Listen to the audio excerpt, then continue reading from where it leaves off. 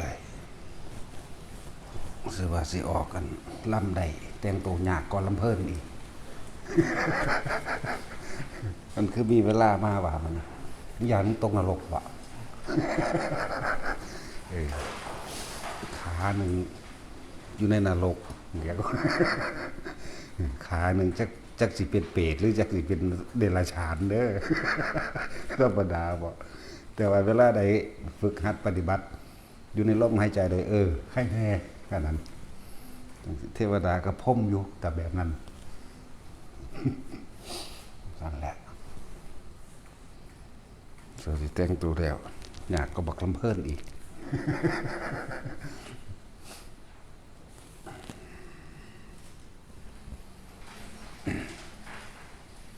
เข้ามาพบมาพ่อมาเห็นมาลูกแล้วก็สั่งสมเอาไว้นั่นแหละตราบใดที่เขายังเสร็จงานมื้อนี้บ่ทันได้เสร็จบ่ทันแล้วมื้อจากนี้เหมือนกับว่าตอนนี้เขาเกิดแล้วนี่มื้อนี้เขาเกิดแล้วนี่ทำงานไปจนเท่าค่ำเมื่อค่ำแล้วก็เข้าไปนอนรับลงไปแล้วก็เปรียบเสมือนดังคนตายตื่นขึ้นมางานอะไรที่มันค้างค่าไว้ของหมู่บ้านก็มาเฮ็ดของเก่าเหมือนกันกับศาสตร์นี้แต่เขายังบ่เสร็จสิ้นทางตัณหา6ประธานของเขาเองเกิดมาศาสตร์ใหม่เขาก็ค้นหาอันเก่านั่นแหละผู้ใดเฮ็ดงานอะไรค้างค่าไว้ผู้ใดมีกรรมอันใดที่กระทำไว้แล้วว่างตัณหาว่างอุทานบ่ท่านได้เป็นศาสตร์ต่อมากับมารับทำงานต่อเกิดมาใส่กรรมต่อรับกรรมต่อดังที่ว่าไปเรื่อยๆนั่นแหละถ้าเฮายังมีตัณหาอุปทานอยู่ตัณหาคือความอยากในสิ่งที่ตัวเองค้นหาในสิ่งที่ตัวเองอยากได้อุปทานคือความยึดไว้ยึดปรารถนาในความสุขสมหวังไม่ว่าจะเป็นการร่ำรวยเศรษฐีหรืออยากเป็นสิ่งใดสิ่งหนึ่งนั่นแหละศาสตร์นี้เฮ็ดบ่ทันได้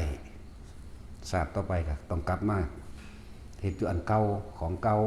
สะสั่งของเก่าแต่ถ้าเฮาได้ฮู้แล้วเห็นแล้วจังซี่ก็เพียรพยายามเอายากหนักหนาอยู่เด้คนสิเข้ามาแบบนี้ถ้าบ่มีอุปนิสัยสิ่งที่อุบัติขึ้นในกมลสันดานในจิตก็บ่อาจสามารถที่มาฟังรู้เรื่องเด้บ่สนใจบ่ใส่ใจพวกนี้ถ้าผู้มีอุปนิสัยสันดานอุปะคือสิ่งอุบัติก็เกิดไว้แล้วในใจเกิดมาสัตว์ใหม่เพราะถ้าได้ยินปุ๊บมันสิดึงดูดเขาเองดอกอันนี้จังว่าสร้างเหตุไว้ไปในทางที่เป็นกุศลมันก็ต่อกุศลนั่นเองถ้าสร้างเหตุไว้ในอกุศลจากทำลายอันนั้นอันนี้อยากได้อยากดีอยากมีแต่ตัวเองก็ไปทางอกุศลศาสตร์ต่อไปก็รับวิบากของมันเองการเกิดเป็นมนุษย์นี่ยากคักกระดอเทียบแล้วเทียบเล่าเพื่อสุขคนสลดใจเทียบมาตลอดมนุษย์มี 7,200 กว่าล้านคนที่มีในทะเบียนโลกทะเบียนบ้านสัตว์เดรัจฉานชนิดเดียวมนุษย์เปรียบบ่ได้เลยยกตัวอย่างที่มันหลายๆคือปวกที่จริงมันก็หลายคือกันเบิดนะแต่ว่าปวกในประเทศไทยเท่าใดปวกทั่วโลกเท่าใดหมดดำหมดแดงก็แล้วแต่เอาจักปวกจักหมดจักปูจักปลาจักกุ้งจักหอยจักงูทุกอย่างเลยสัตว์เดรัจฉานนี่มนุษย์เทียบบ่ได้ได้บัดเข้าใจบ่ล่ะเทียบบ่ได้เลยแล้วก็เลยว่าการเกิดมันยากถึงขั้นว่าโลกนี้มัน42แสนโยชน์เด้โยชน์นึงมี16กิโลเอา42ตั้งขึ้นแล้วเอา16คูณเอามันสิเป็นจักกิโลนั่นแหละเปรียบดูคือน้ำใหญ่ยาว42แสนโยชน์คูณด้วย16 100 ปีเต่าตาบอดจึงจะโผล่ขึ้นมาจากน้ำครั้งหนึ่งอย่าลืมว่า 42 แสนหยวนคูณ16นี่ทั้งกว้างทั้งยาวทั้งลึกเสมอกันเบิดเตามันอยู่ตัวพื้นมันไปเด้100 ปีเด้จังสิขึ้นมาทีนึงหายใจบั๊มทีนึงแล้วลงเด้บ่แม่นอยู่บักโดนเด้แถมซ้ำเป็นเต่าตาบอดอีกต่างหากที่จะเอาข้อหัวมันซุบเข้ากระบอกไม้ไผ่พอดีที่เขาตัดไว้อันเป็นกล้องเอาไว้เหมือนกล้องแขนนั่นแหละ แล้ว100 ปีได้โพทีนึงแวบแล้วก็ลงไป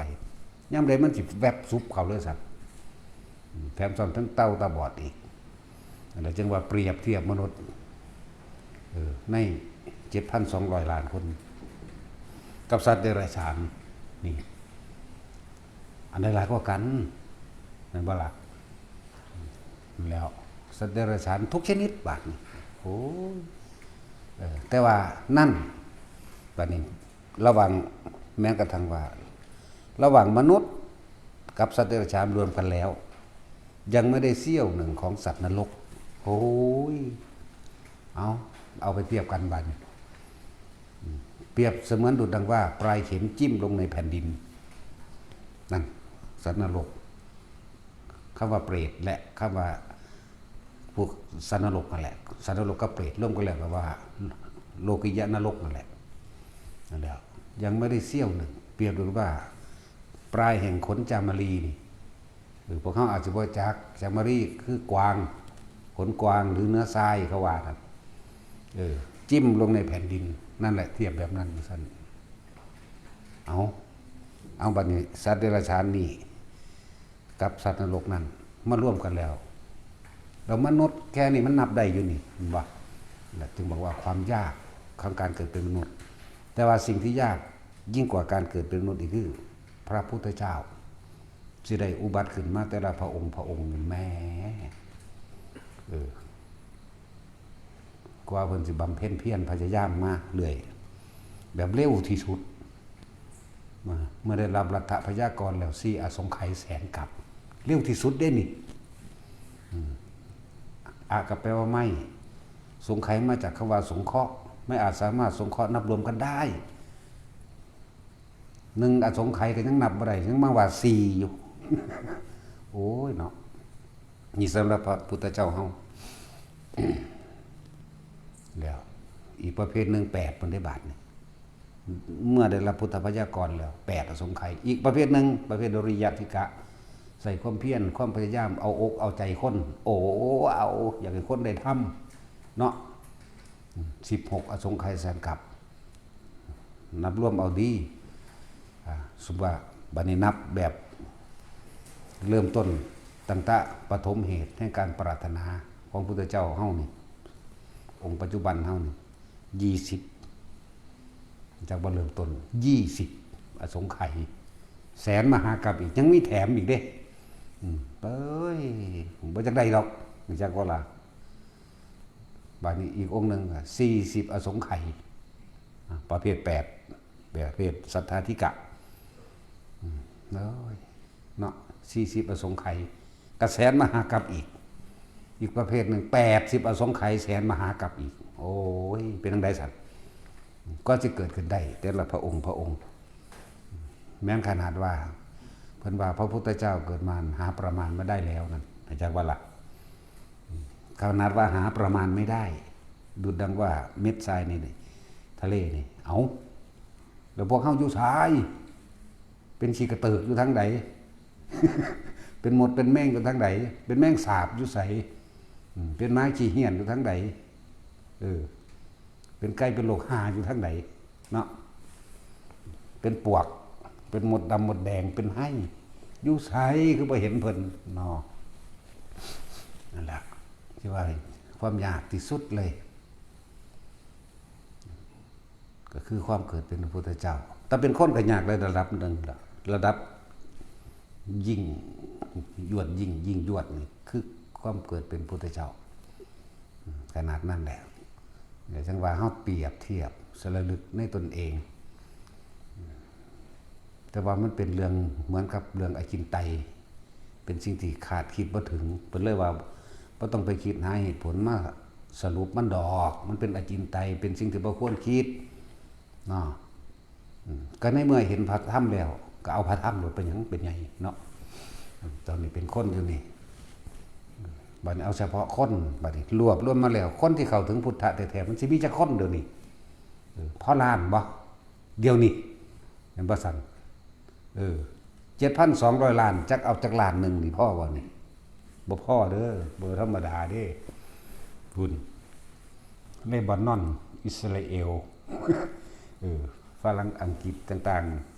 ๆเอธิโอเปียลิเบียคูเวตอิสราเอลยังละหลายๆประเทศบ่ได้รู้เรื่องนี้เลยเด้นั่นแหละขนาดเป็นคนก็ยังเป็นหมันเนี่ยมันก็ยังเป็นหมันบ่สามารถสิเข้าถึงความจริงได้แต่ความเชื่อประเภททั้งหลายเหล่านั้นเว้นไว้แต่พุทธะอย่างเดียวนี่ผู้เข้าถึงพุทธะอย่างเดียวนี่ พวกนั้นนอกนั้นเป็นเทวนิยมเบิดนั่นบ่ล่ะขนาดคนที่อยู่ในประเทศที่เป็นพุทธศาสนาทำการกระแท้ก็ยังบ่ได้เข้าถึงพุทธะบัดโดยประเทศเท่าจังซี่ที่ว่าอยู่ในทำการพุทธศาสนาผู้ถือผีก็ยังมีอยู่มั้ยผีเจ้าผู้ตาหอเจ้าบ้านถือนาคถือขุดถือฤาษีชี้ไพ่ต่างๆนั่นบ่หัวลิงบางพวกเขาที่เขาขอบคู่กันขนาดนักบวชเด้ก็ยังเอาหัวลิงมาขอบหัวเจ้าของแต่งพิธีต่างๆบางพวกก็หัวนาคหัวลิงฤาษีกาลยโกฏจะเกียรตาฟ้องตาไฟถือไปว่าสิ่งทั้งหลายเหล่านั้นเป็นสิ่งศักดิ์สิทธิ์ดลบันดาลนี่บวชห่มผ้าเหลืองแท้ๆก็ยังบ่ได้สนใจธรรมะนั่นแล้วจังซั่นแหละขนาดนั้นแหละนั่นจังว่าพวกเขาได้มีโอกาสแล้วสะสมไว้แม้นมันสิถึงหรือบ่ถึงโดยพระนิพพานก็เอาเฉพาะธรรมนั่นแหละเป็นใหญ่ไว้เอาธรรมเอาความจริงเอาความจริงนี่เอาพุทธะหมายถึงรู้ตามความเป็นจริงเลยเป็นธรรมะพร้อมนั่นแหละเอาสังฆะมาพ่อได้เป็นเครื่องเคารพกราบไหว้บูชาหมายถึงพระอริยสงฆ์ทั้งหลายผู้เพิ่นนำสั่งสอนแสดงอริยสัจสี่และเหตุปัจจัยทั้งหลายที่สัตว์เวียนว่ายแต่เกิดและเหตุปัจจัยที่สัตว์ที่บ่ต้องกลับมาเกิดอีกเอิ้นว่าปฏิจจสมุปบาทธรรมหรือปัจจัยการแห่งการเกิดเหตุและปัจจัยทั้งหลายที่สัตว์เวียนว่ายแต่เกิดและความดับแห่งเหตุทั้งหลายนั่นแหละเอาที่เฉพาะเพิ่นสอนแนวนี้เอานะนอกนั้นขอเอาเด้ออยากได้หยังอธิษฐานเอาเด้อนี่บ่มีถึงบ่มีได้พวกนั้นนั่นแหละคำว่าพุทธะโดยแท้มีความเห็นตามความเป็นจริงบ่เป็นความเสื่อแต่เป็นความเห็นเดี๋ยวว่านี้ตามความเป็นจริงสัตว์ทั้งหลายเกิดแล้วต้องแก่ต้องเจ็บต้องป่วยและตายนี่ไผสิเสื่อบ่เสื่อก็สร้างเป็นแนวนี้คือเก่าช้างม้าวัวควายก็เกิดแล้วแก่เก็บตายเหมือนกันสิภาษาหยังก็ว่ากับคนที่รู้ภาษากันรู้เรื่องกันอยู่มันยังบ่สนใจจังซี่นะนั่นแล้วจึงบอกว่าถ้าเฮามีพุทธธรรมรู้ตามความจริงภายในเจ้าของเองคือเห็นตามความจริงภายในเจ้าของเองเรื่องพุทธธรรมฟังธรรม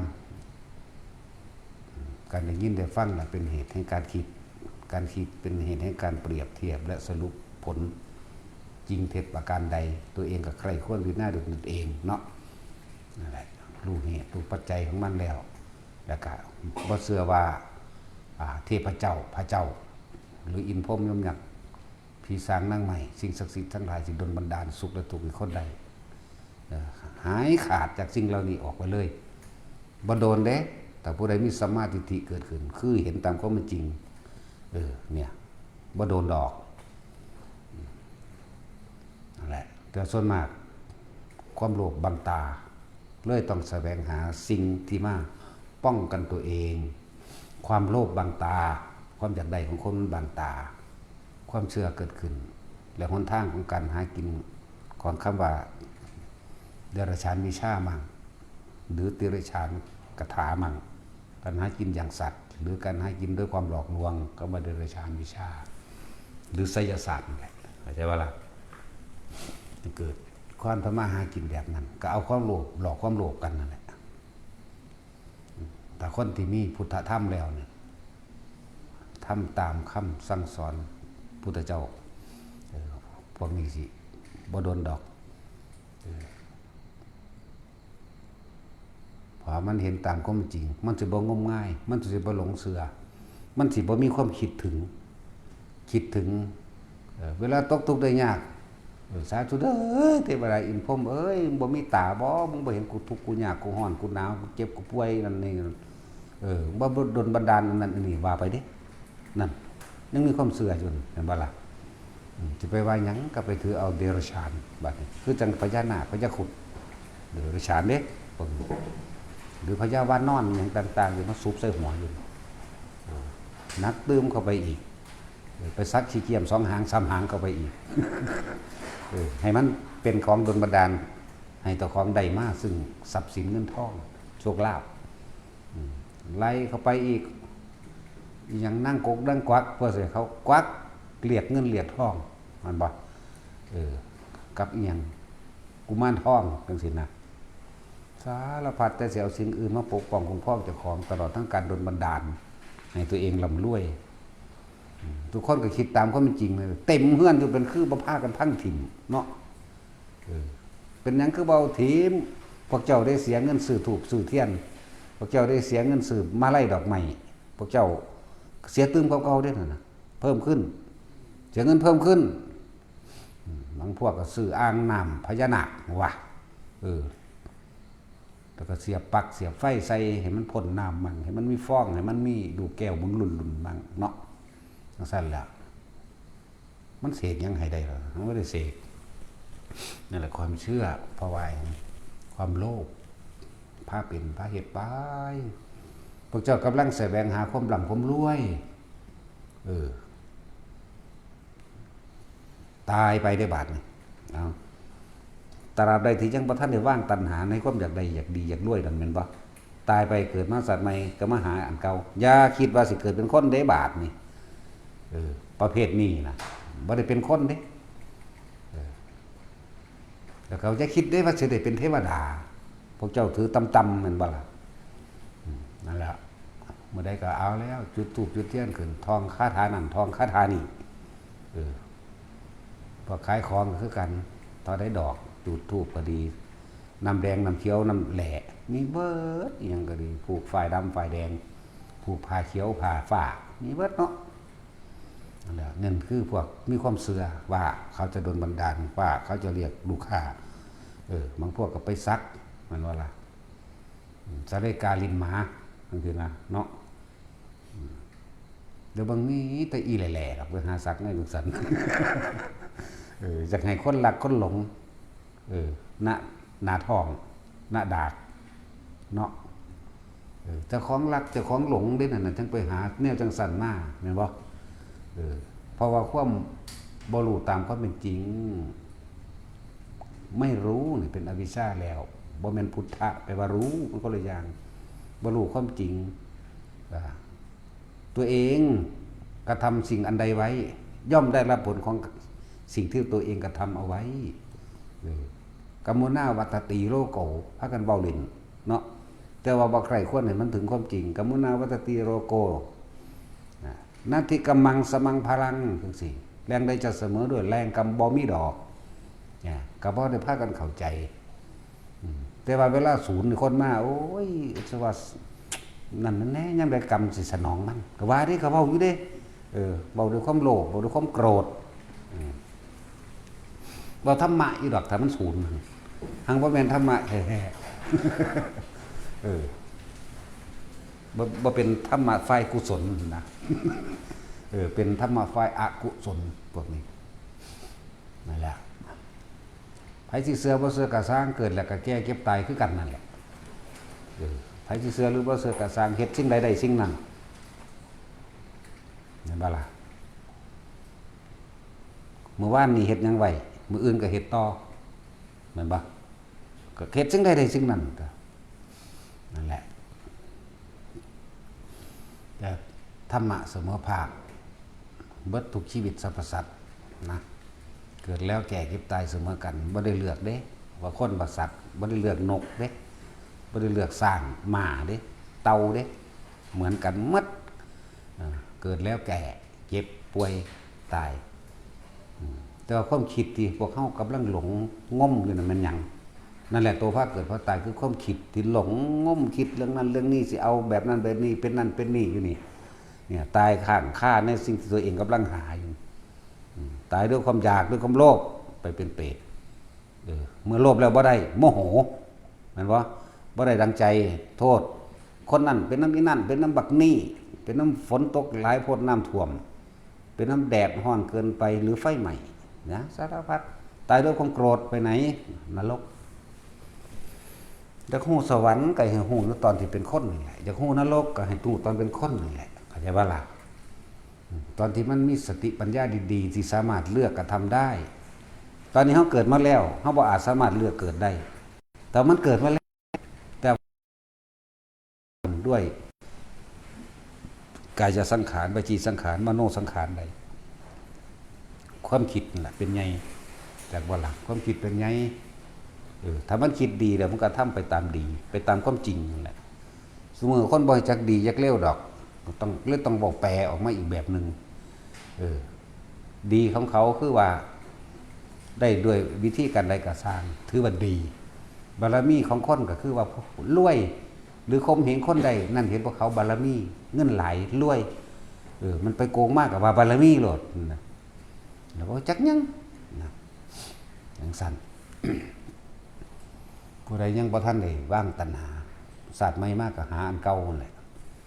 แต่ว่าก่อนสิขึ้นมาหานี่ลองเบิ่งเด้อที่ไปว่าหยังแต่คนที่ว่าเข้าวัดฟังธรรมมาจังหันจังเพลสวดมนต์ภาวนาแตะต้องกันนิดหน่อยก็ยังโมโหใส่กันก็ยังเบาพื้นใส่กันก็ยังอิจฉาริษยากันเห็นบ่ยังยันผู้นั้นดีกว่ายังยันผู้นี้ดีกว่าอยู่บ่ต้องไปเว้าเรื่องคนทั้งโลกคนในบ้านก็แม้เขาจะเว้าอยู่บ่ชาตินึงเป็นจังซี่อาการนี้ชาติ2ชาติ3 4 5 6 7 8การตกจิตร่วมแบบนั้นแบบนี้มันมีไผเว้าอยู่บ่อยู่ในบ้านเนาะบ่ต้องผู้ใดย่างไกลตะสั่งได้อีน่ะเป็นวัตตระกูลวัดโคตรมันแหละรู้เด้จับจุ่มซุ่มกันตำบักหุ่งกินเว้าพื้นกันบัดนี้นั่นแล้วพวกเจ้าก็หาอันนั้นแหละพวกเจ้าก็คนแต่สิ่งเหล่านั้นแหละญาติมันลืมกวนมันคุ้นอยู่ตลอดสัญญาอารมณ์ความรู้สึกในความโกรธในความเกลียดในความโลภในความอิจฉาริษยานะแล้วจริงสิพาเกิดพาตายกับความคิดพวกเจ้านั่นแหละเปลี่ยนความคิดใหม่นั่นเลยเปลี่ยนความคิดเห็นใหม่แล้วก็ฟังไปเลยนี่เลยไปสิเสื้อหรือว่าเสื้อกะสร้างเกิดมาหากินซ้ำตายที่เกิดแล้วสิบ่ตายบ่มีดอกทั้งคนและสัตว์นั่นแหละนั่นแหละที่จริงกับสัตว์เสมอกันเด้ว่าตามพระพุทธเจ้าสัตว์ทั้งหลายทั้งเบิดเลยนั่นแหละสัตว์ทั้งหลายทั้งเบิดพวกกษัตริย์คนกษัตริย์เทวดากษัตริย์พรหมทั้งหลายกษัตริย์เด้บ่ได้วิเศษวิโสอีหยังนะเพราะว่ามันยังมีตัณหาอยู่มันยังมีความอยากอยู่แต่ว่าศาสตร์เฮาเกิดมาพบมาพอแล้วเปลี่ยนใหม่เปลี่ยนความคิดใหม่ใครควรตามความเป็นจริงเถอะนะนั่นแหละก็สิพูดตามพุทธศาสตร์แท้อย่างหนึ่งก็คือว่าคนเฮาเลือกเกิดได้ว่าได้ก็เลือกตอนนี้แหละเลือกตอนนี้แหละจะเป็นคนรูปร่างสวยงามจะเป็นคนร่ำคนรวยเจ้าก็ให้ทานรักษาศีลแล้วจะขอไปเกิดชาติใหม่แต่ว่าพี่เด้ตัวมันสิเห็นตัวการกระทำพี่เด้เห็นว่าล่ะตั้งจิตไว้ดีแล้วศาสนากูงามกูรอให้กูสวยให้กูรวยพร้อมเจ้าก็ให้ท่านไปแต่ศาสตร์นี่แล้วก็ให้ท่านด้วยความเคารพบ่อิจฉาริษยาผู้ใด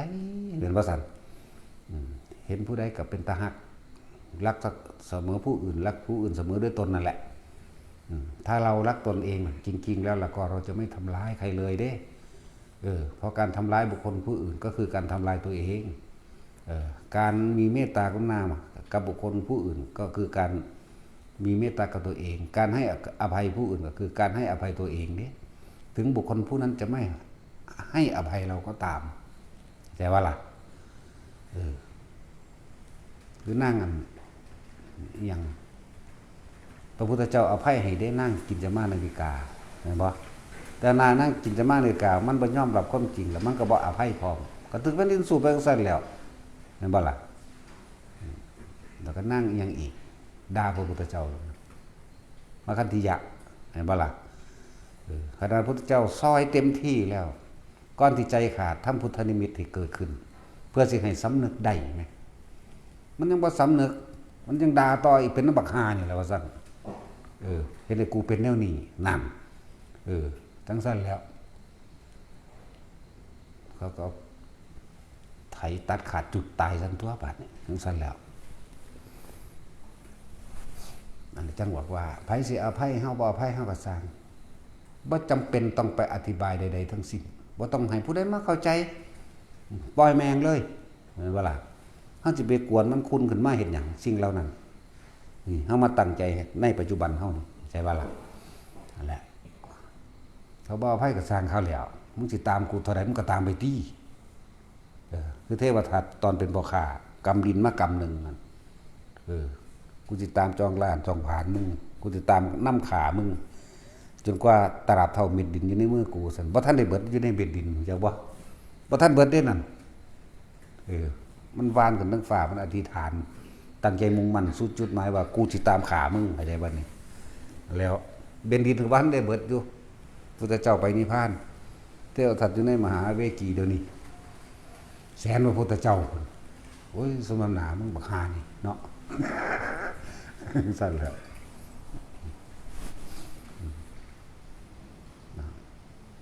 อะไรจังว่าไผสิอภัยเฮาบ่อภัยเฮาก็สร้างว่าจำเป็นต้องไปอธิบายขยายความก็ไปเพื่อให้คนอื่นคนนั้นคนนี้เข้าใจแค่คักปานนั้นบ่คน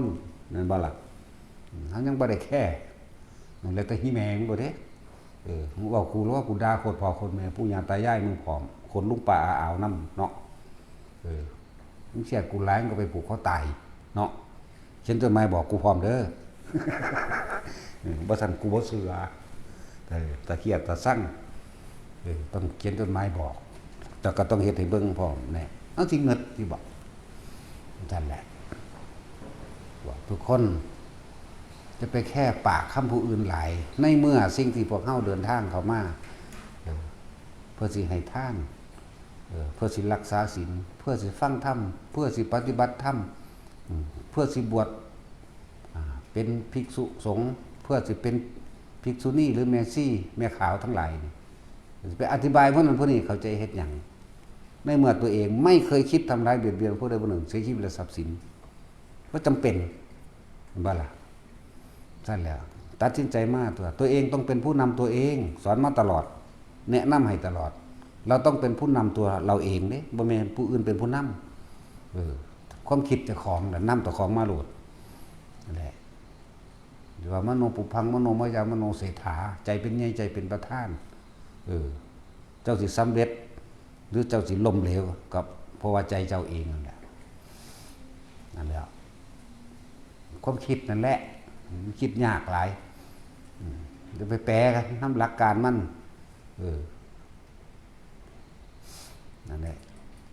ผู้ใดอยากรู้จักว่าใจผู้ใดอยากรู้จักว่าจิตอยู่ไสคิดถึงบ้านมันก็เห็นบ้านตัวแม่นบ่ล่ะหรือมึงเห็นงัวแท็กซี่มึงเห็นงัวบ่ก็เห็นบ้านทั้งตัวความคิดความจำมึงเองนั่นแหละสัญญามึงเองนั่นแหละผู้ใดก็มีบ้านก็เห็นปั๊บโหลดเลยเนาะนั่นแหละต้องเป็นผู้นำตนเองคือผ้าเห็ดกับปลาจังซี่ผ้าป่ากับผ้าป่าโบราณ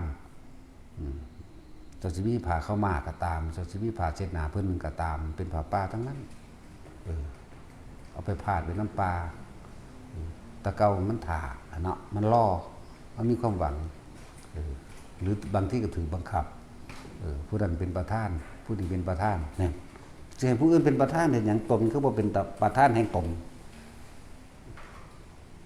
ปีใหม่เฮาเฮ็ดผ้าป่าโบราณ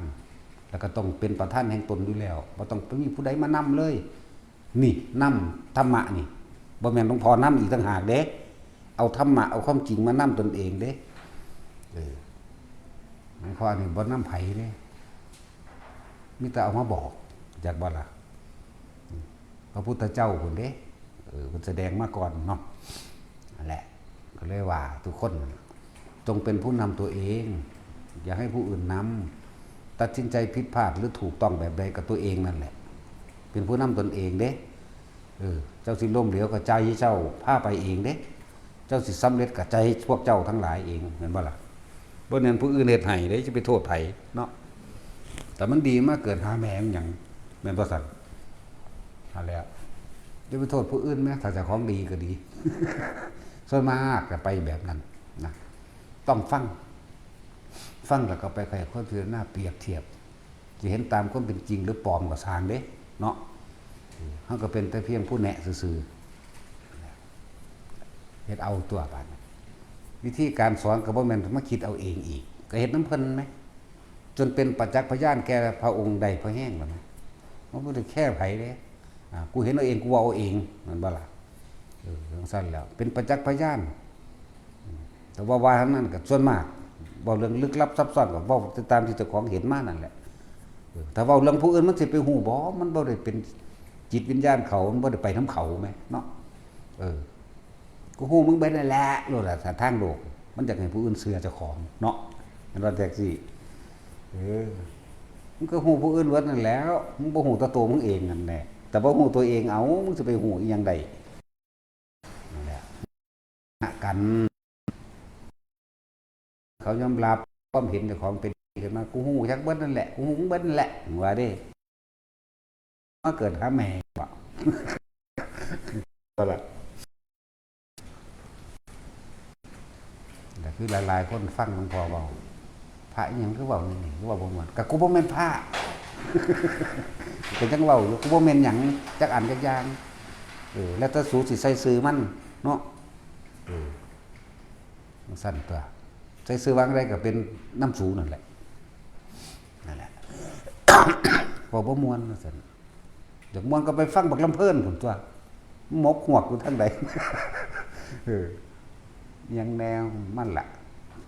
กูก็ยินเขาวางสั่นกูก็ว่าไปน้ำเขา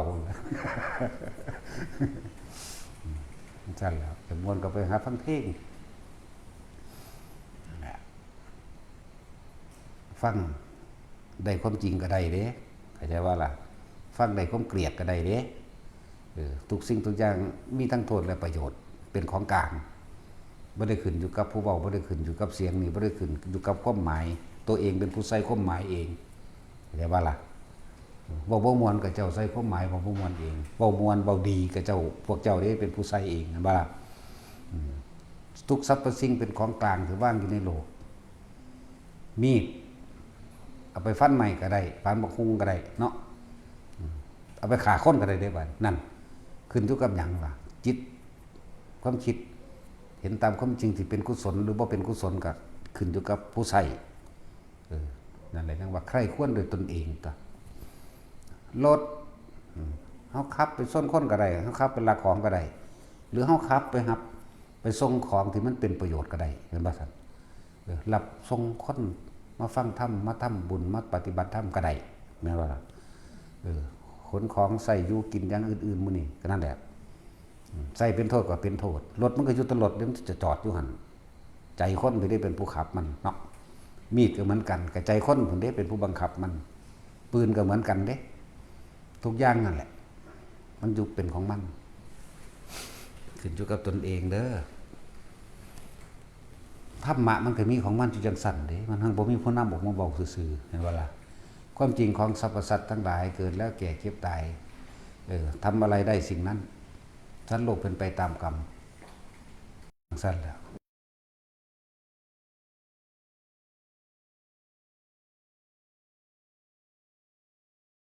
อยู่เหมือนเดิม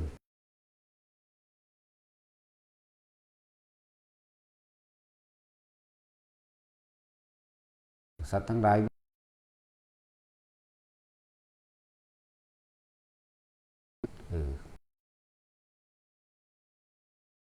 อันเป็นเหตุระว่างตัณหามันก็มี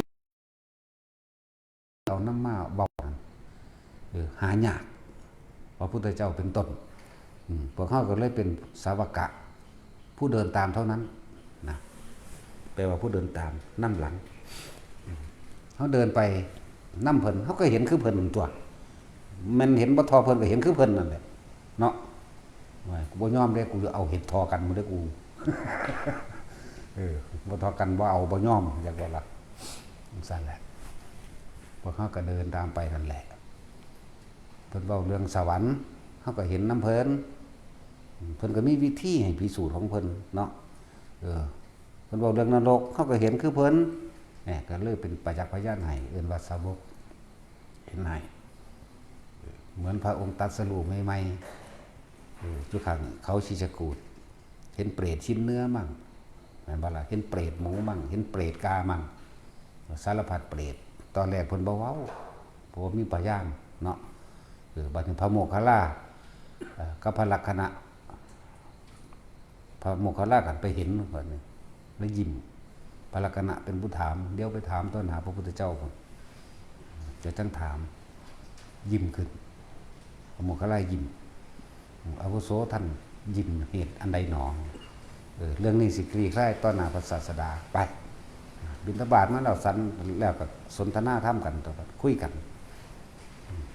พระเจ้าข้า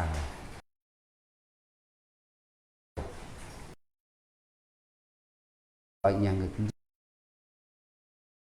ขางภูเขาโอ้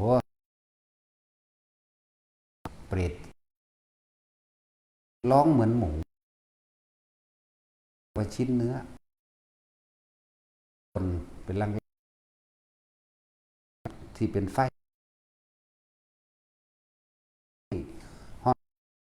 หมูกีกพุทธเจ้าก็สาธุดีแล้วดีแล้วดีละดีละดีแล้วสมัยเราตรัสรู้ใหม่ๆเฮาก็ฮู้คือกันเห็นคือกันมื้อนี้โมคคัลลามาเป็นประจักษ์พยานให้เฮาแต่ว่าในการรู้ในการก่อนมันบ่อาจสามารถที่สิไปเว้าได้เพราะคนที่บ่เชื่อเขาสิปรามาสสิเห็นในคนอื่นบ่ควรที่ต้องลงนรกโดยใช่เหตุนะสิกล่าวตูใส่ร้ายพุทธเจ้าหาว่าอวดมั่งหาว่านั้นนี่สารพัดนะก็หมายเพิ่นพระโมคคัลลาก็เห็นเพิ่นก็เว้าได้คือกันพุทธเจ้าก็รับรองให้โอ้ยเฮาก็เห็นคือกันนั่นก็ลงกันมันสิเอาหยังมาขัดแย้งกัน ผู้เดินตามเพิ่นเดินก่อนก็เห็นเหมือนกันแต่ตอนนี้เฮาก็เห็นคือกันอย่างบ่นี้มันบ่มันพ่อมือแล้วบ่นั่น มันบ่ทันได้พ่อมือเด้นั่นน่ะนรกอันนั้นกี้อยู่หั่นนั่นน่ะเฮาก็เป็นประจักษ์พยานได้คือกันนั่นแหละเฮาบ่เว้าเรื่องของผู้อื่นปานใดแต่เฮาไปเห็นซะก่อนเฮาจังเว้าจักบ่ล่ะนั่นแหละบางทีก็เปรตกาโอ้ยใหญ่12โยชน์ธรรมดาบ่กามันก็บาปเลยจักบ่นี่เห็นบ่นี่แม่นสัตว์เดรัจฉานหรือคนก็สร้างทำบาปก็ได้บาปเหมือนกันทำบุญก็ได้บุญเหมือนกันเด้กาตัวนั้นมันอยู่สมัยพระพุทธเจ้ากัสสปะพุ่นเด้เขาหาบปิ้งปลาค้อนกับตาต้องแรงไปเพื่อจะไปจังหันอีกาตัวมันโฉบลงมาที่มันมาคาบเอาหีบปิ้งปลาขาวมนอย่างว่าเอาละเอียดว่าอันนั้นสูตรใหญ่จิกกินตั้งกก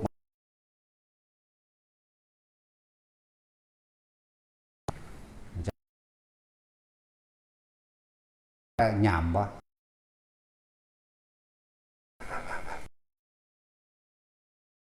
ภาคกลางไปวางใดจักบ่เนาะเพิ่นได้ใจได้ดื่มโอ้ได้ดื่มก็บ่ฮู้จักอีกล่ะหามึงนี่ ได้ใจเป็นว่าปัญหากินง่ายเป็นชิ้นกับการมาหลักกินแบบนั้นจิตใจมันกับใครควรดวงสันพอดีเวียนกรรมยังแล้วในมือ2 มือนั่นแหละมันก็แอบมาจอบเข้าใจว่านี่มีจักจอบอีกบ่เนาะบ่แม่นไม่ใช่บ่แม่นมักจกเด้จอบ มาแอบเยี่ยวยังบ่รู้ล่ะมาสัตว์เพิ่นตายซ้ำแล้ววันนี้เยี่ยว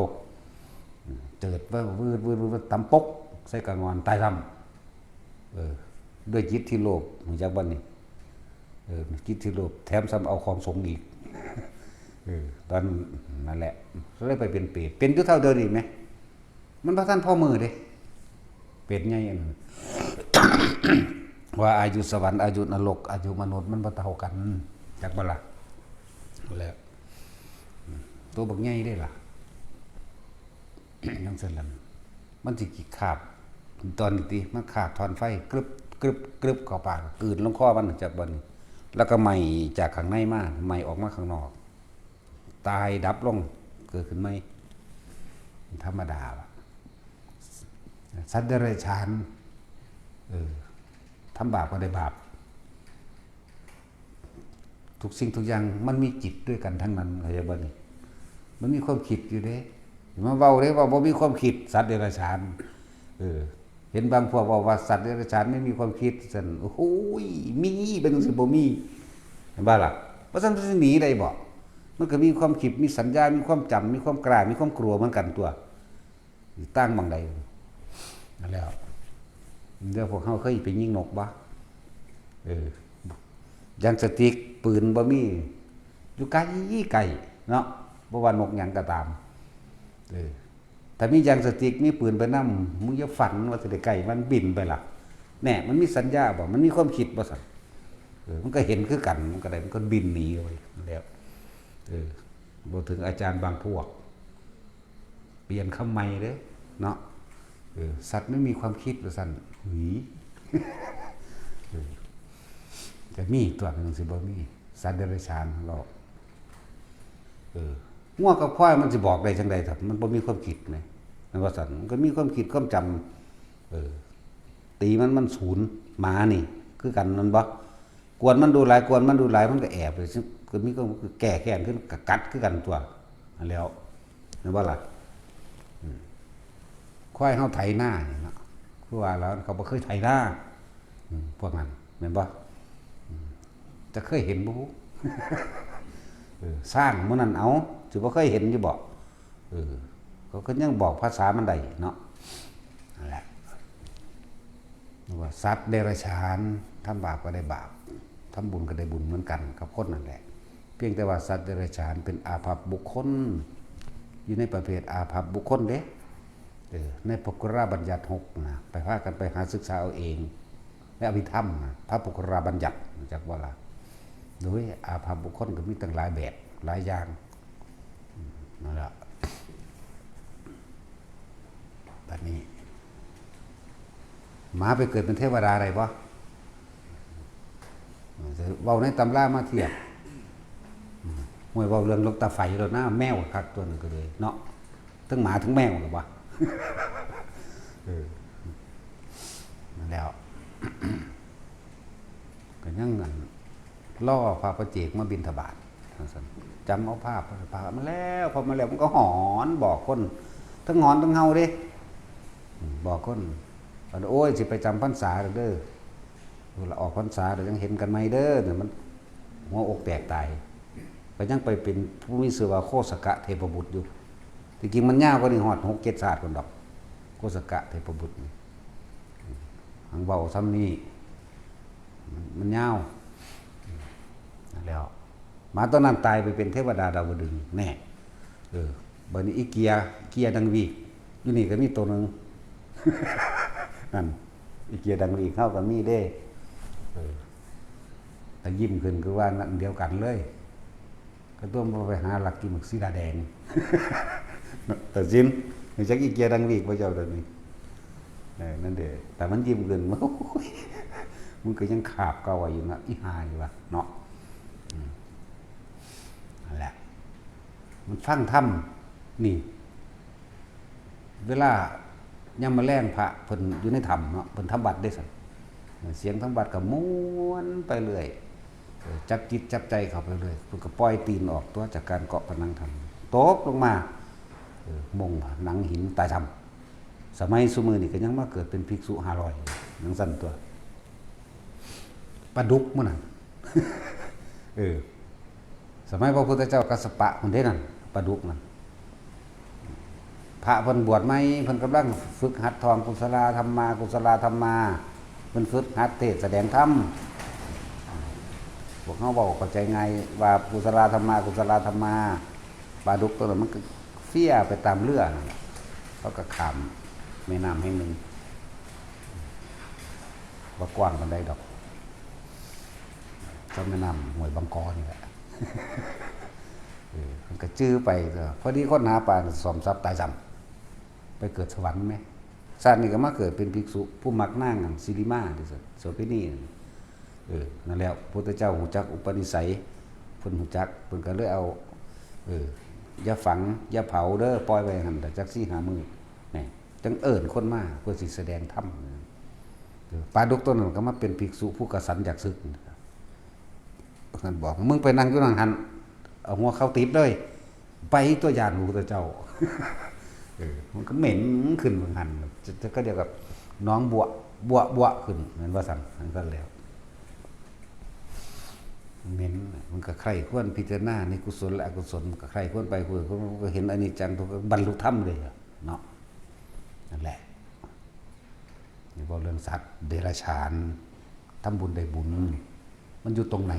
อยู่ตรงจิตเด้ออยู่ตรงความคิดเข้าใจว่าล่ะส่วนร่างกายบ่ตั้งกันดอกถึงเวลาก็ตายเน่าเผาทิ้งเหมือนกันเหม็นเบิดสั่นแหละถึงเวลามันตายมันก็ตายทิ้งซื่อร่างกายนี่เป็นของกลางเด้ร่างกายนี่เป็นถ้าไปทำบุญก็ทำบุญเด้ถ้าไปทำบาปก็ทำบาปเด้ร่างกายคนเกี่ยวเป็นอภัยกตาเด้อยู่ระหว่างกึ่งกลางเด้รู้จักบ่ล่ะอาศัยกายนี่นั่นแหละขึ้นอยู่กับตัวจิตความคิดขึ้นอยู่กับความคิดพวกเฮา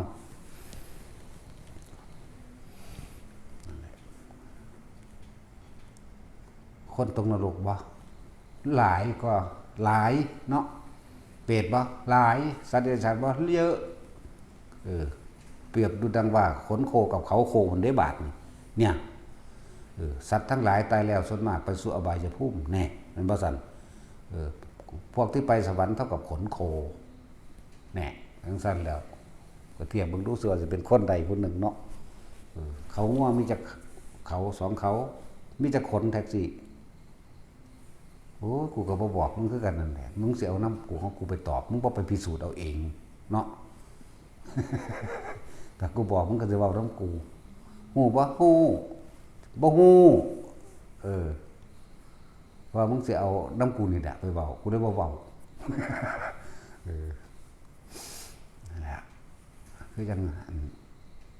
ถามว่าขี้คือมีจักขาเนาะมีจักขาเนาะว่าฮู้จังซั่นแหละปานนั้นมาเรียนสูงกว่ากูอีกมึงเรียนอยู่ชั้นที่3มึงในตึกนั่นนะกูยังนั่งเก้าอี้เรียนอยู่พื้นไม่ได้โรงเรียนกูบ่ทันได้ปานนั้น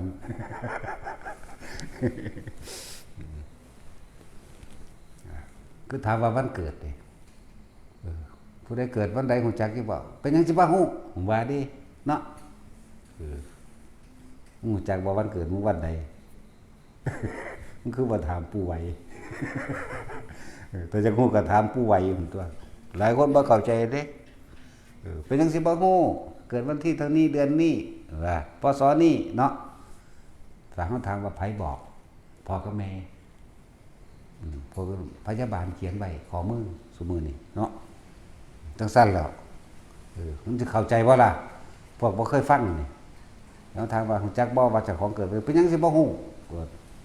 เกิดวันที่เท่านี้เดือนนี้พศนี้โลดเด้นี่แล้วความลึกล้ำของปัญญาคนของความนั่นคนเนาะเถียงเฮาอีกว่าแต่ของฮู้ไหมฮู้เพราะว่าไผนี่เฮาถามลึกเข้าไปฮู้ตัวพ่อกับแม่บอกพยาบาลบอกเนาะ ที่จริงเฮาเกิดด้วยความบ่รู้ทั้งนั้นแหละบ่รู้ว่าตัวเองกำลังแสวงหาหยังเฮากำลังแสวงหาหยังหาความสุขนั่นบ่หาความสมหวังในความอยากได้และอยากเป็นอยากได้อยากดีอยากมีอยากเป็นบ่ได้พอหรือยังพอหรือยังความมีพอหรือยังทรัพย์สมบัติทั้งหลายขี้ดินขี้ดอนพอหรือยังสวนอ้อยสวนมันพอหรือยังทองคำพอหรือยังเงินพอหรือยังรถพอหรือยังมันเจ้าสิมีมากเพียงใดก็ช่างแต่บ่ฮู้จักคำบ่พอได้คิดว่าสิไปหาความสงบสุขได้เห็นบ่ล่ะเจ้าสิคิดหาอยู่เลยเจ้าพ่อบ่เป็นเจ้าสิเอาหยังมามีความสงบสุขได้เนาะแต่ละมื้อแต่ละเว้นเศรษฐีรวยๆอยู่ทางซาอุที่เขามีทองเอารถเฮ็ดเอาทองเฮ็ดรถเนาะบ่เห็นว่ามันนึ่งทองกินดอกเนาะกูเคยเห็นกินเข่าเพื่อนนี่แหละกินแป้งมันสับปะหลังสมตัวธรรมดาบ่กินเขานั่นแหละเขาก็ว่าเขาเจ้าเขาเหนียวเขาก็ว่าเขาว่าลงบะเล่เนาะก็กินเข่าตัวสิไปกินแมงอย่างแล้วบัดนี้ความพ่อบ่เป็นสรรสร้างหาอาวุธอย่าควบคุมคนเร็วนี่เนาะจะควบคุมคนอยู่ใต้อำนาจเจ้าของเองสร้างอิทธิพลต่างๆเกิดขึ้นโดยทางธุรกิจก็สร้างเอาแบบว่าสร้างเอาคนคุมคนให้อยู่ในอำนาจของเจ้าของเองนั่นแหละคือความบ่รู้ของเขาว่าการกระทำของเขาทั้งหลายเหล่านั้นในความโลภนี่โลภยังจัดโลภยังมหาโหดโลภยังบ่ฮู้จักที่จักแดนบ่ฮู้จักว่าเป็นบุญหรือเป็นบาปซั่นแม่นบ่ล่ะผู้ใดขัดขวางธุรกิจฆ่านั่นเป็นบาปแล้วแต่ว่าเขาบ่รู้ว่าบาปแม่นบ่แต่เป็นอันอื่นๆเขาก็ว่าพระเจ้าล้างให้ได้พระเจ้าล้างบาปหรือพระเจ้ารับให้แม่นบ่เขาบ่ฮู้จักได้บาปไปว่าหยังความกระวนกระวายเร่าร้อนอันใดที่ทำให้ตัวเอง เกิดความวิตกหวาดระแวงอยู่ไม่เป็นสุขมีความคิดในการที่เอาตัวเองรอดพ้นจากความผิดนั้นมันลืมเป็นว่าเอาสัญญาอารมณ์ตัวนี้ตัวของเฮ็ดไว้แล้วมันบ่ล่ะนั่นแหละบาปนั่นแหละความรู้สึกนั่นแหละคือความรู้สึกของสัตว์นรกที่เคยฆ่าไผไว้เคยโกงไผไว้นั่นแหละสัตว์นรกเคยนั่นแหละสัตว์นรกนั่นแหละเปรตนั่นแหละอยากฮู้ว่าเจ้าของสิเป็นไปเกิดเป็นเปรตเป็นสัตว์นรกหรือเป็นคนหรือเทวดาทั้งใดก็ให้ฮู้ตอนมีชีวิตอยู่นี่ก็ฟังเอาตัวแต่ก็ยอมรับความจริงบ่คนที่เป็นหลักของคนไว้มันปีหนึ่งผ่านมาแล้วมันก็จื้อได้คือเก่าได้ไปเห็นหน้าเขาหรือเจ้าของพี่น้องของที่เป็นหลักมานั่นแม่นว่าล่ะ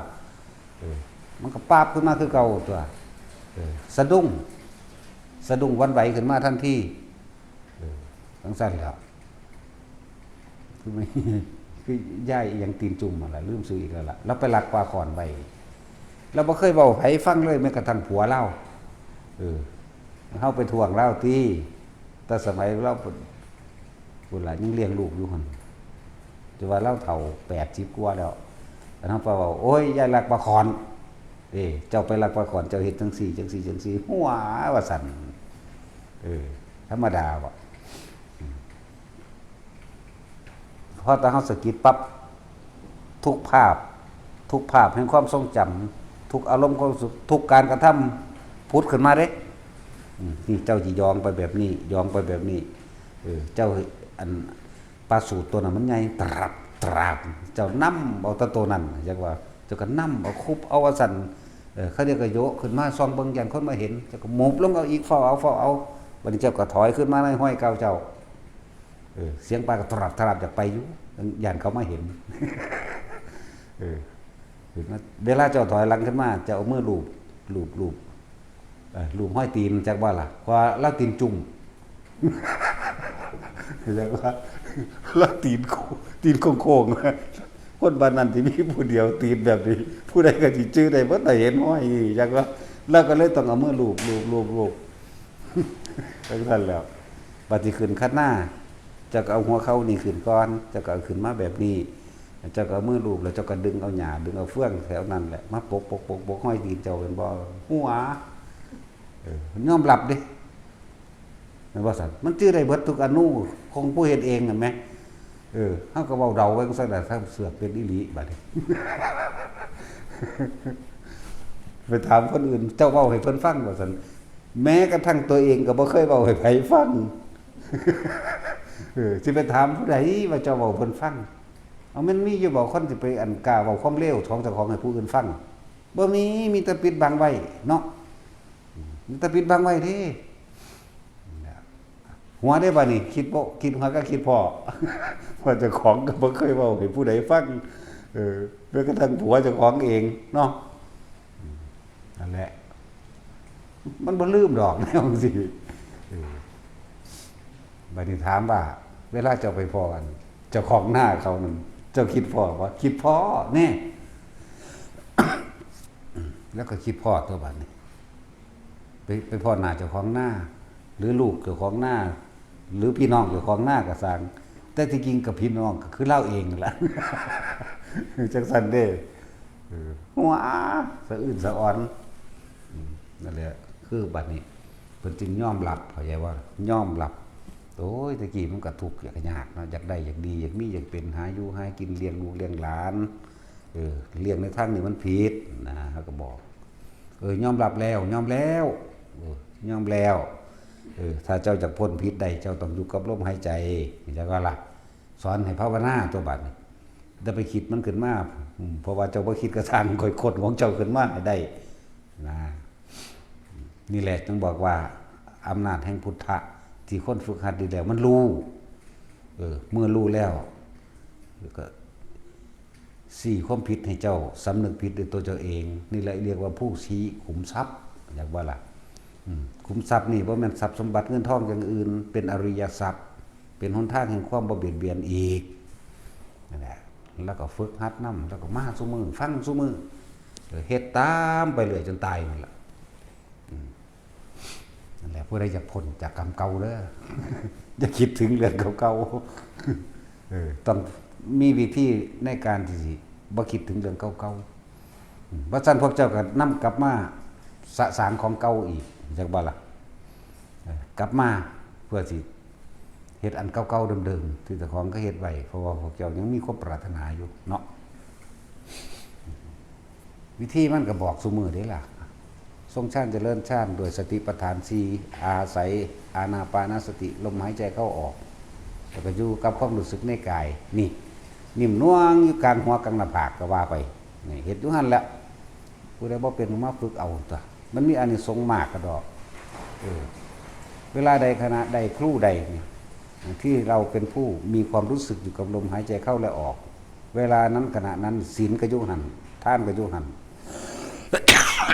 ความสงบก็อยู่หั่นเด้นั่นแหละจังว่าเฮ็ดเอาตัวกินโคกก่อนคนรุ่นใหม่บ่แม่นคนเก่าปานใดเด้คนล้ำสมัยไม่ใช่ล้าเนาะ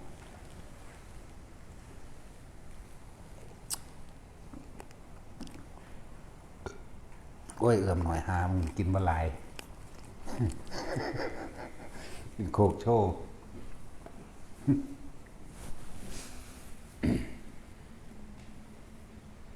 ธรรมะมันเป็นของล้ำสมัยเด้อมันล้ำไปฮอดข้างหน้าเท่าได้ปีเท่าได้ศาสตร์กันจังได๋เด้ผู้ฝึกเป็นแล้วเข้าใจบ่ล่ะว่าแม่นล่าสมัยเก้าคำครึเด้เก้าคำครึพวกเจ้าคือเกิดเที่ยวตายอยู่ล่าสมัยพวกเจ้าเวียนไว้ขึ้นมามื้อนี้เฮ็ดหยังไว้มื้ออื่นถ้าพวกเจ้ายังตื่นขึ้นมาอยู่กับกลับไปเฮ็ดอันเก่านั่นเด้ล่าสมัยบ่ล่ะส่วนธรรมะนี่บ่ได้เฮ็ดอันเก่าเด้รู้จักบ่ล่ะบ่มีแนวเฮ็ดซะเลยซ้ำไปรู้จักบ่นี่บ่ได้มีความห่วงบ่ได้มีความกังวลกับสิ่งใดเด้บ่ได้มีงานที่มาข้างคาเด้ เบิดงานจักว่าเบิดงานนั่นแหละมันบ่มีแนวอยากได้แล้วมันก็เบิดทั้งตัวเนาะ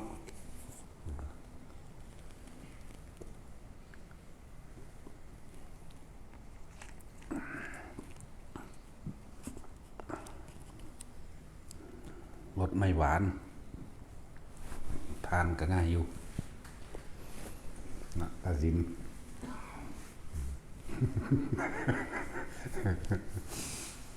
มีเงินแสนเงินล้านครับผมมีความหมายหากแรงเกินบ่แข็งแรงเห็นว่าล่ะอย่ามองตาลิงถือลูกท้อ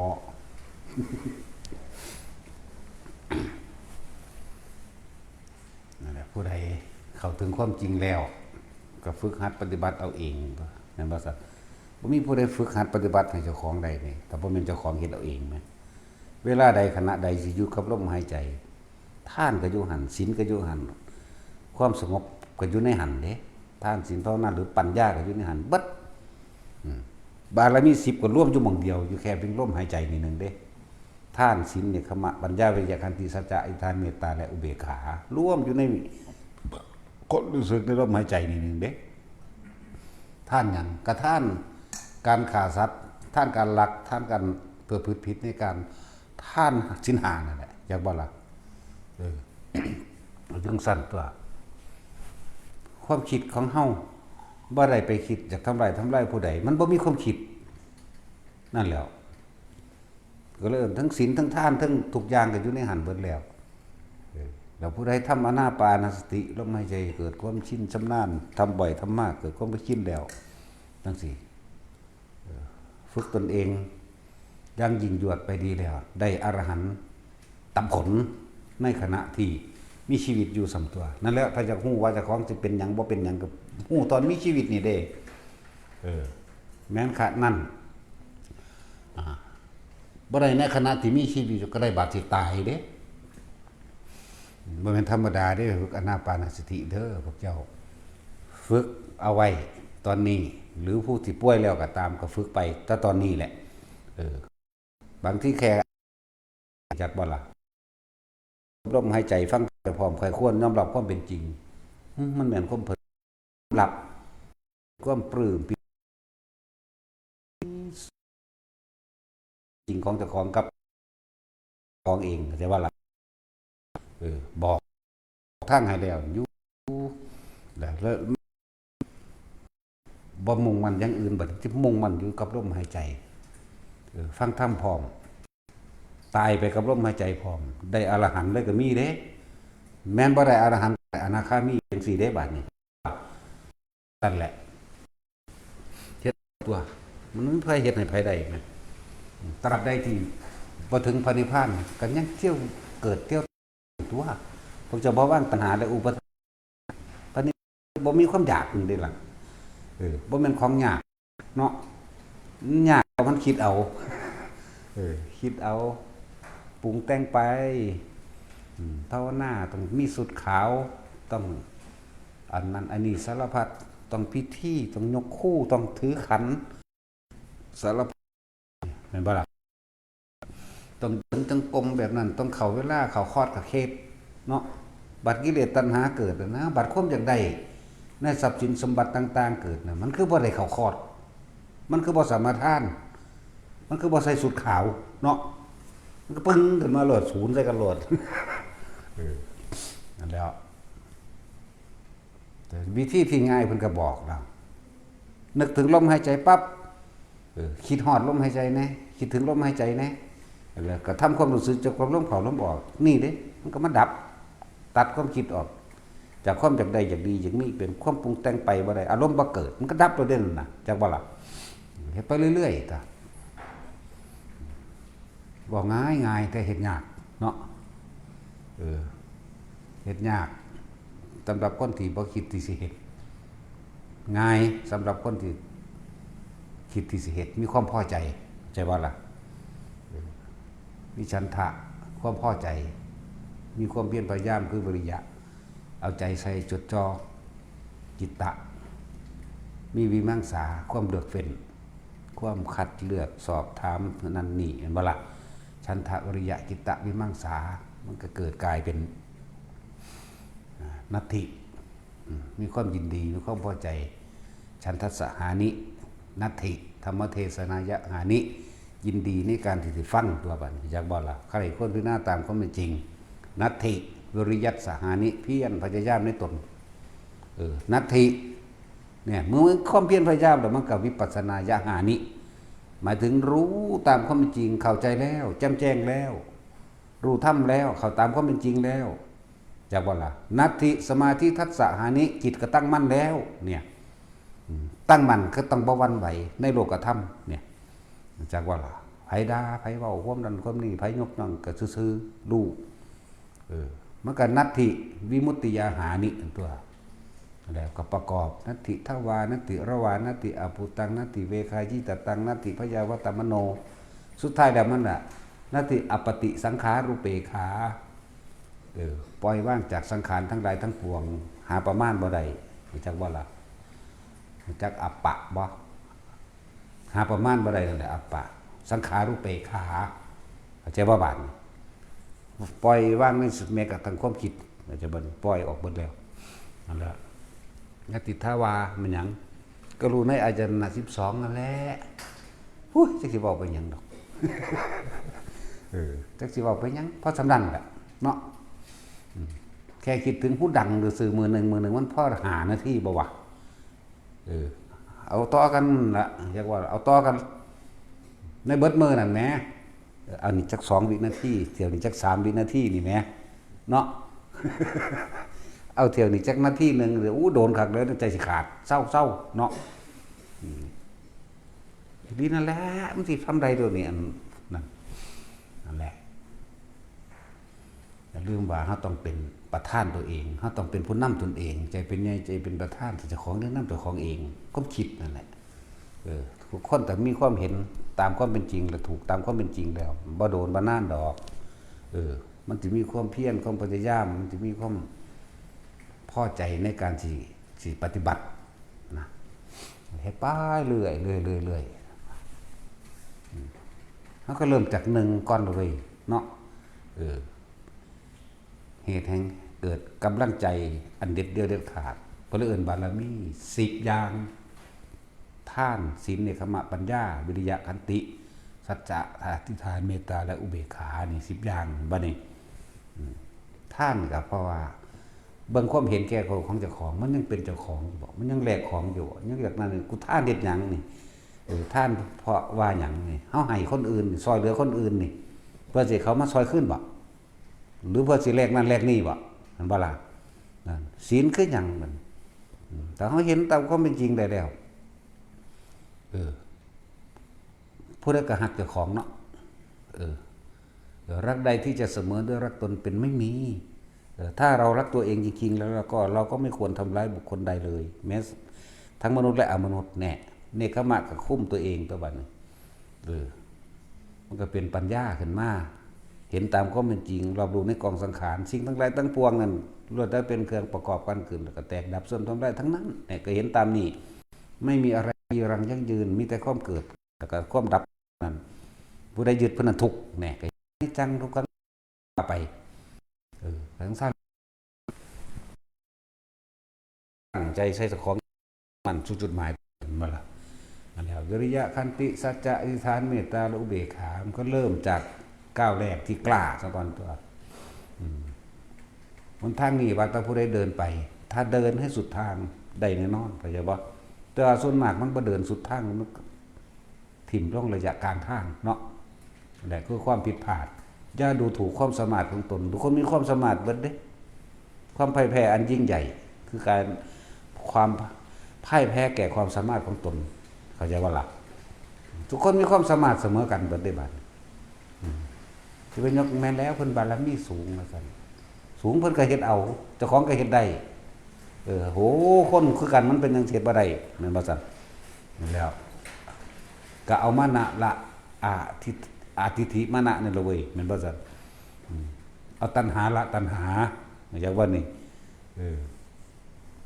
นั่นแหละ ตัณหานี่มันคนละกันเขาจะว่าเอาตัณหาละตัณหาเอามานะละมานะเขาจะว่านี่เอาทิฏฐิละทิฏฐินั่นเลยไปอ่านเบิ่งเอาเลยเว้ยแปลอีกได้บาทนี่เนาะถ้าสิมึงเข้าใจบ่เอาทิฏฐิละทิฏฐินั่นบ่ซั่นโอ้ยก็เอาสัมมาทิฏฐินั่นแหละไปละมิจฉาทิฏฐิเขาจะว่าล่ะก็ไล่ไปจังซี่ตัว เอาความเจอยิ่งถือตนทะนงตัวว่าเพิ่นเฮ็ดได้กูก็เฮ็ดได้กูก็ทะนงตนแต่ก็เฮ็ดไปตัวมันบ่ซั่นเอามานะละมานะจักว่า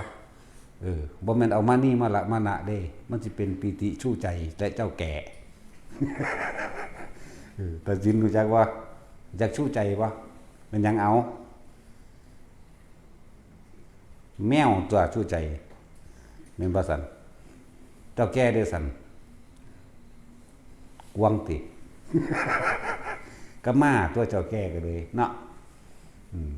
บ่ซั่นเจ้าสิถือแก่ไปแก่มาเด้สิพอไข่ลากตลาดนั่นนะ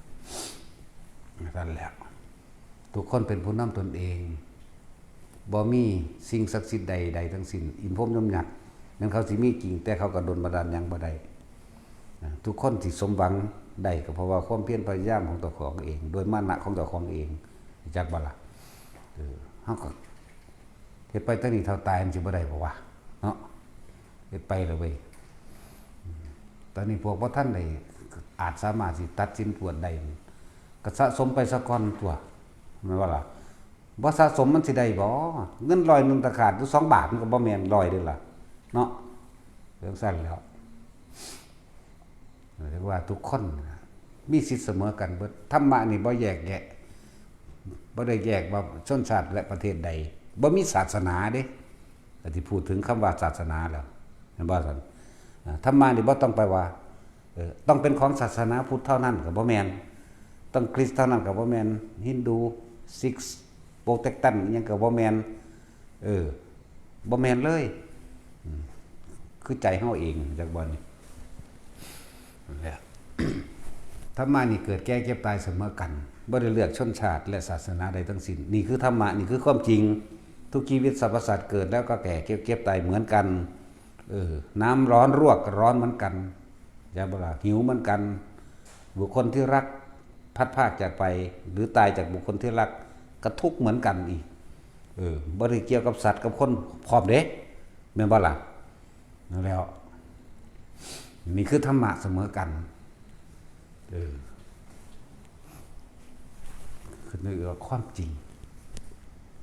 ความจริงของแต่ละคนที่เวียนว่ายแต่เกิดยังเป็นตัวหลายการกับหมู่เอาราคะกามราคะเนาะความยินดีพอใจเฮ็ดให้เฮาสร้างโลกสร้างความร่ำความรวยสร้างเกียรติยศสร้างศักดิ์ศรีสร้างอิหยังก็บ่รู้ล่ะเยอะแยะมากมายนับประมาณบ่ได้กิเลสปัญหาตัณหา108กามราคะนี่เด้เรียกว่าล่ะเรื่องผัวเรื่องเมียนี่แหละมันพากันสร้างอยู่เดี๋ยวนี้แต่ผู้ใดเห็นโทษ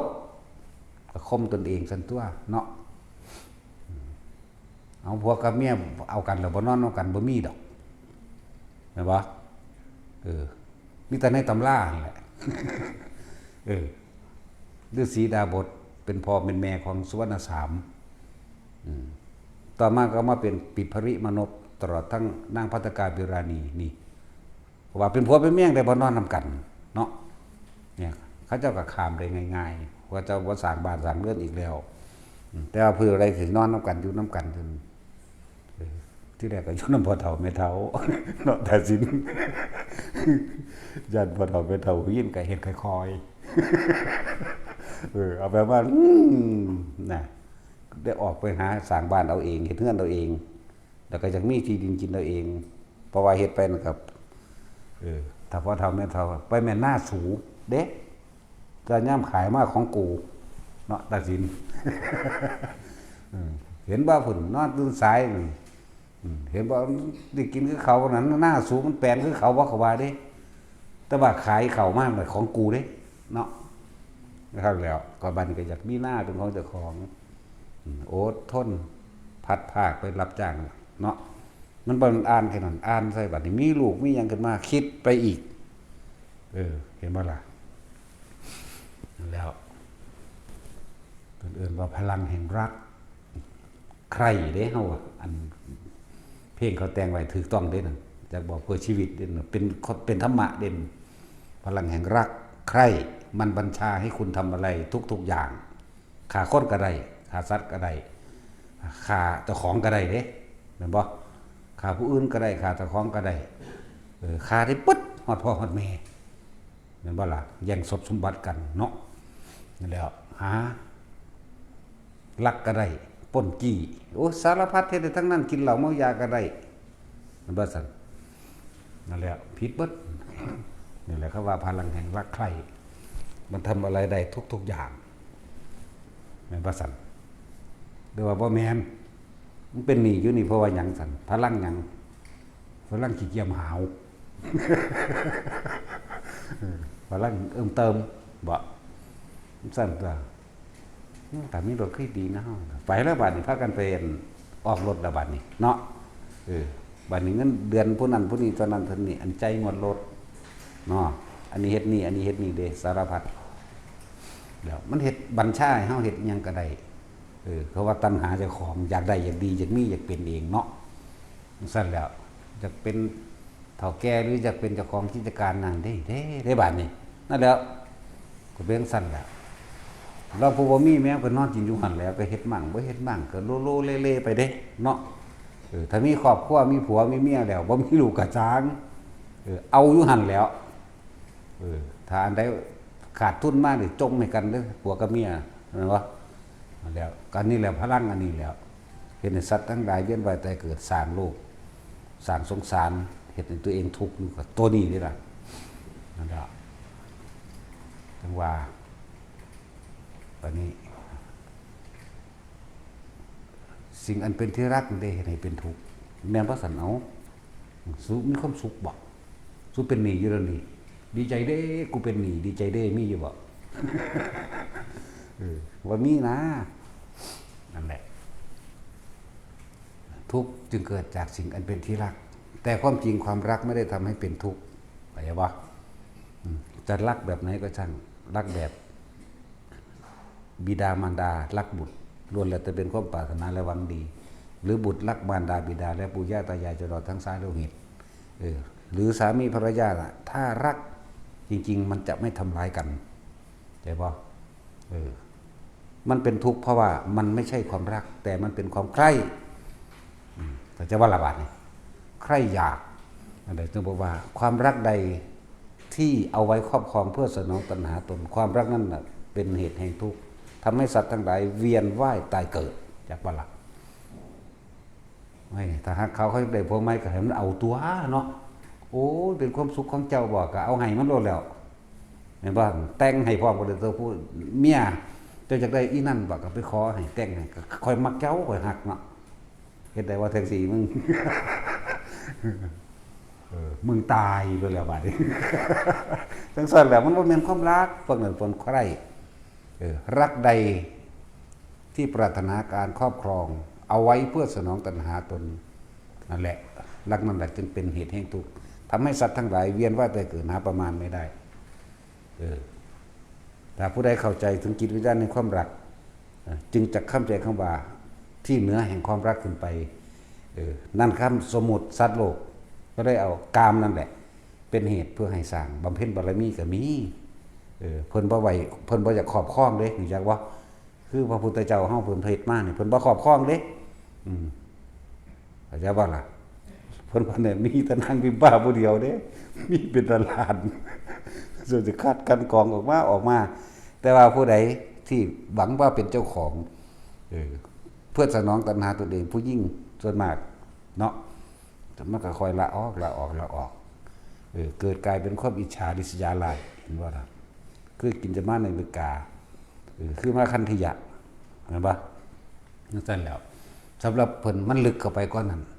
ผ้าสร้างคุณงามความดีเพราะความรักไม่ใช่ว่าล่ะหางบ่แม่นใครอยู่เด้ของเพิ่นรักจริงเป็นตาเหตุอยู่เฮาเป็นผู้ชายเนาะแท็กซี่กูสิเอาจัก180,000 คนกับกูก็พอใจซ้ำนั้นตะวันของพุทธเจ้าเฮา74,000 คนนึงหน่อยโพดกูบ่พอใจอันนี้เนาะแท็กซี่มึงมีผู้เดียวมึงก็พอแห้งกันล่ะเห็นบ่ยากคักแล้วผู้เดียวก็เลยเนาะแต่จุ้ยมันก็มีผู้เดียวยากคักแล้วเอาหลายๆคนจังบ่ยากโอ้ยหลวงพ่อว่าคอยก็บ่ได้ปานขอบคล้องคอยเอาไปเรื่อยๆอันผู้นั้นที่มันที่ปังต่อฟัดหัวเจ้าบัดนี้เนาะ เห็นแล้วโอ้เป็นธรรมดาเด้แนวนี้เอาสบายท่าน